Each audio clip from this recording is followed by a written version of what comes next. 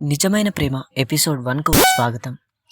Baby, నువ్వు ఈరోజు చాలా అందంగా కనిపిస్తున్నావు అంటూ ఎదురుగా నిలబడి ఉన్న అమ్మాయి నడుము చుట్టూ చేయి వేసి దగ్గరకు లాక్కున్నాడు రాఘవ్ వర్మ.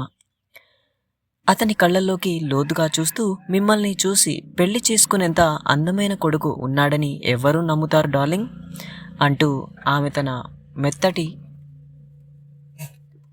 వేళ్లతో అతని ఛాతిని తాకుతూ నెమ్మదిగా వచ్చే సాఫ్ట్ మ్యూజిక్ తగ్గట్టుగా హిప్స్ కుదుపుతూ సెడక్టివ్ డ్యాన్స్ చేస్తుంది అతని పర్సనల్ అసిస్టెంట్ అన్విత. వాడి గురించి ఇప్పుడెందుకు అంటూ కాస్త విసుగ్గా నిట్టూర్చి ఆమె స్ట్రాబెర్రీ ఫ్లేవర్ల పెదాలను మెల్లగా ముద్దాడాడు రాఘవ్. తరువాత ఒక్క లాగుతో ఆమెను బెడ్ మీదకు తోసి తన శరీరంతో ఆమెను ఆవరించేశాడు.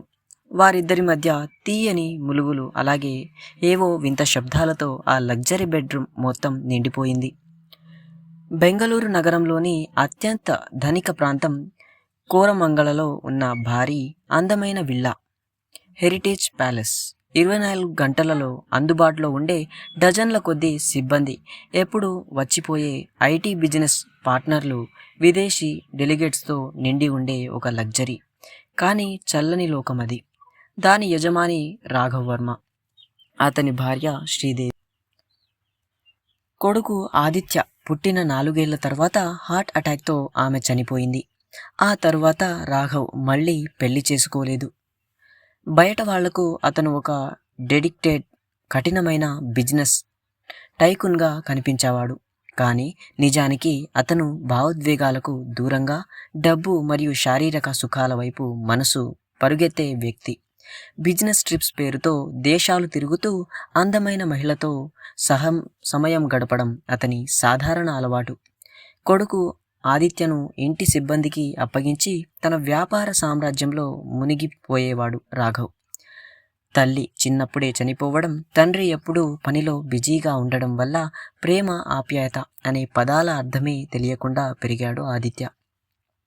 దానివల్ల అతను చాలా ఇంట్రోవర్టెడ్గా, ఎవరితోనూ సులభంగా కలవలేని స్వభావం కలిగి ఉన్నవాడు. అయినా చదువులో, తెలివితేటల్లో తండ్రిని మించిపోయాడు.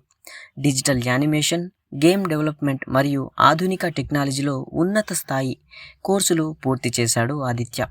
కానీ ఏదో ఒక తెలియని అసంతృప్తి అతని మనసులో ఎప్పుడూ అలాగే ఉండేది.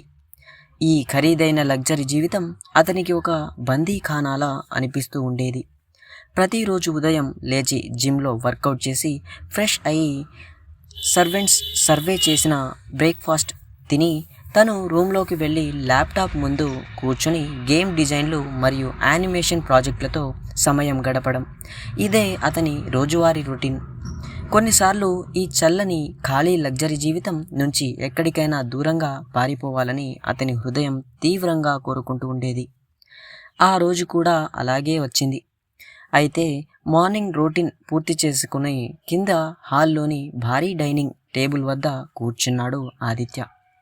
అప్పుడే తన బెడ్రూమ్ నుంచి బయటకు వచ్చిన రాఘవ్ వర్మ, తన పర్సనల్ అసిస్టెంట్ నుంచి బయటకు వచ్చిన రాఘవ్ అప్పుడు అన్వితతో కలిసి త్వరగా బయటికి వెళ్తూ టేబుల్ వద్ద కూర్చున్న తన కొడుకును చూసి ఆగి, ఆదిత్య అంటూ కాస్త సీరియస్గా, గంభీరంగా పిలిచాడు.